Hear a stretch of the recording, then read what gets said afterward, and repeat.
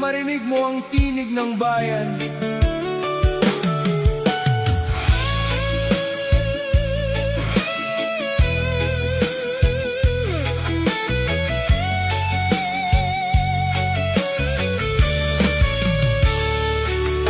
Matagal na kaming naghihintay ng pagbabago.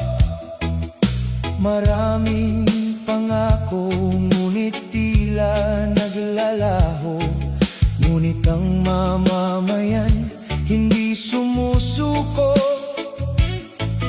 Umaasa pa rin sa lider na totoo. Pakinggan mo ang tinig ng Mindanao. Ang mamamayan naghahanap ng pagbabago. Hindi puro salita at pangako, kundi serbisyong may puso at prinsipyo.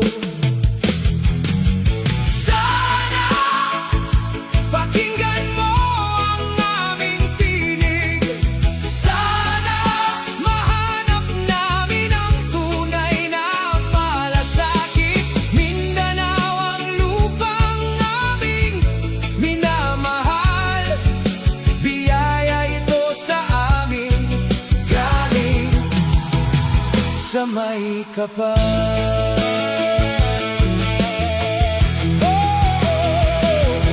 dahil ang Mindanao may sariling tinig na hindi dapat lamunin ng takot at galit. Panahon na upang muling magkaisa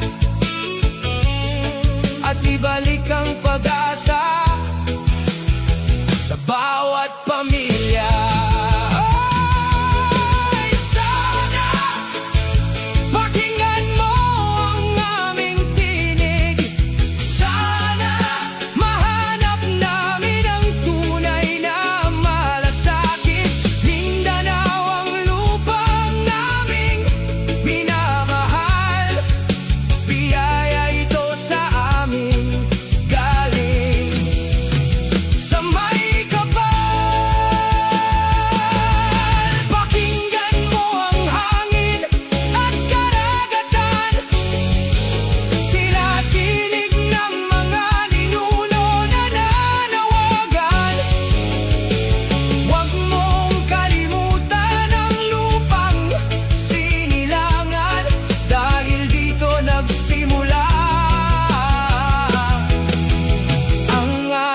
pangalan.